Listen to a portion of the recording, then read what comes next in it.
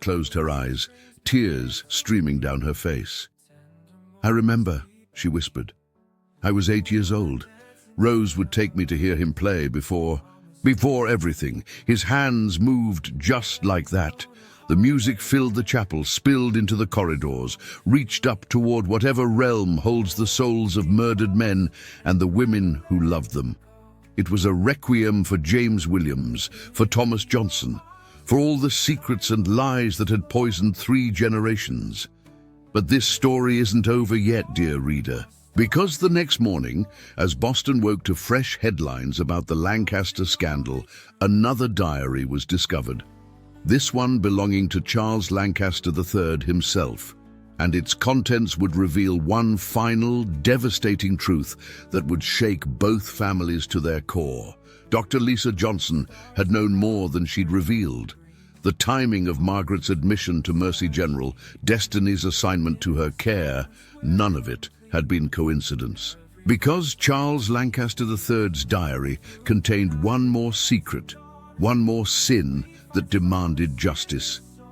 Thomas Johnson hadn't just been another musician killed in the fire, he had been James Williams's brother. And Dr. Lisa Johnson wasn't just his granddaughter, she was Destiny's cousin, another branch of a family tree that had been violently split and scattered by racism and murder. The truth burst over them like a thunderclap. Dr. Johnson had orchestrated everything. Margaret's admission to Mercy General, despite there being other hospitals closer to her home, Destiny's assignment to her care, even the timing of Timothy's discovery of Rose's letters.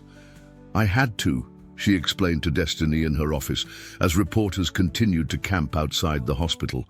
"I had to bring it all into the light, for my grandfather, for your grandfather, for all of us." Margaret Lancaster, watching the latest revelations unfold on her hospital room television, finally understood the full weight of her family's sins. The murders hadn't just killed 2 men. They had shattered a family, scattered its pieces to the winds, left generations struggling with trauma they couldn't name. Timothy Lancaster, holding his great-grandfather's diary with trembling hands, made another discovery that would change everything yet again. But before we reveal that final twist, dear reader, let us pause to consider the hands that held that diary. Hands that, like Destiny's, carried the weight of inherited sin and the possibility of redemption. For in room 412 of Mercy General Hospital, as machines beeped and